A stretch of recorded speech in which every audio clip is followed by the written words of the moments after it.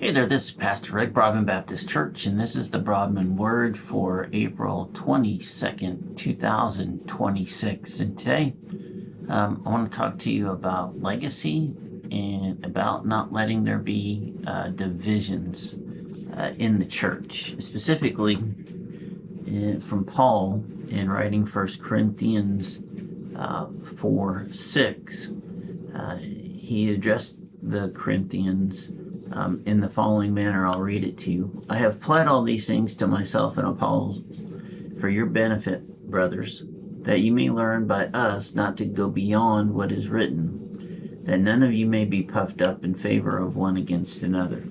You know, in any group of people, there's going to be folks who have different opinions, different thoughts about things. But Paul in this scripture is clearly warning the Corinthians who have allowed these things to build to the point where there are different factions in the church, and some of them feel like they're better Christians than others, so they're more puffed up one against another. And Paul's saying, no, I've shown you, and so is Apollos, that you shouldn't take these things on yourself. You shouldn't go beyond what is written.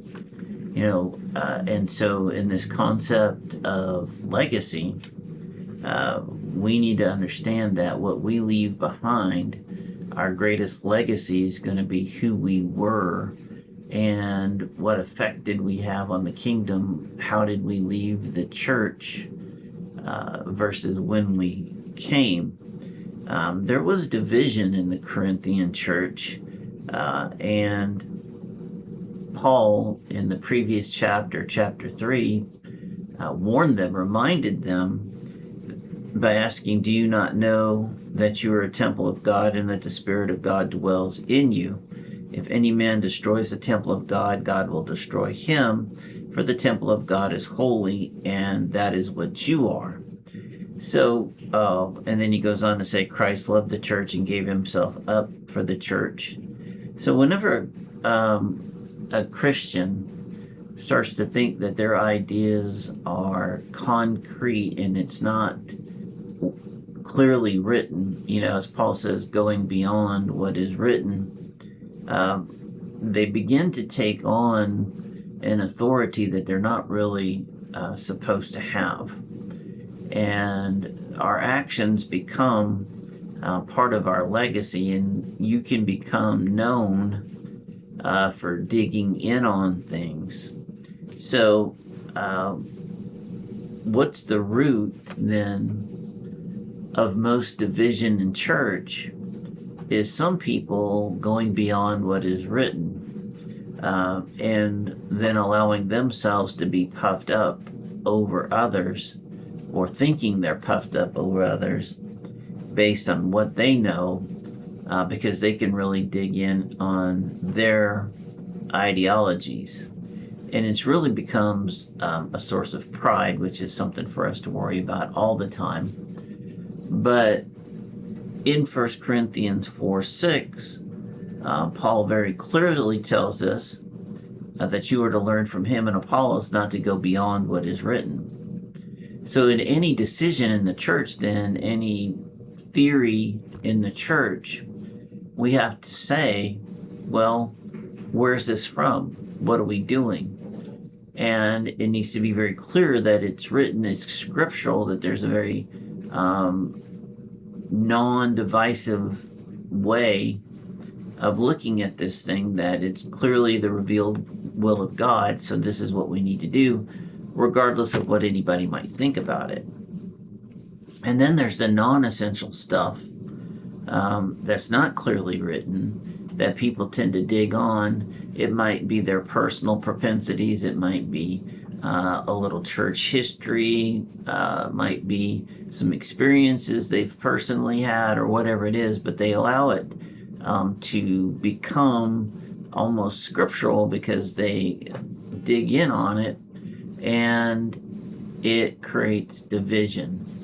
And so we have to be careful, and it's why I only preach straight up out of the Bible, and I don't get into politics, and I don't get into money, or the things where you can stray into personal opinion and beyond what is scripturally written.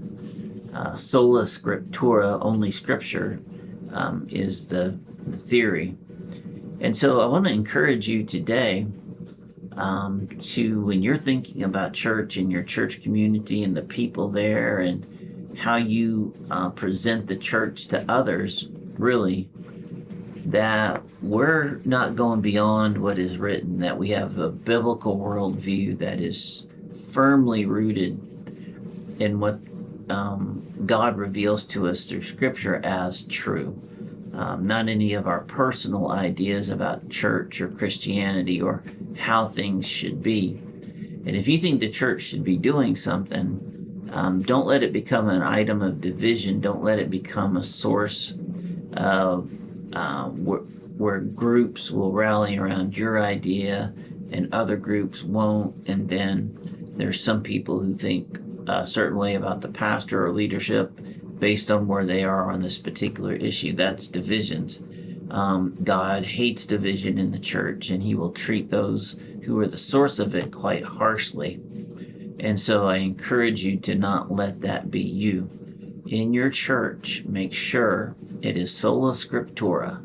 And if you do that and take your ideologies out, and wherever they may be creeping in, sweep them away and replace it with God's will, then you're going to be fine. But if you don't do that, you let some personal pridefulness, some personal propensities for things to be a certain way, some church history that might not be straight out of Scripture, some basically cultural issues. When you let that stuff start having the weight of Scripture, then you're going to run into problems. So listen, I love you. I hope you have a marvelous day. I'll talk to you next time.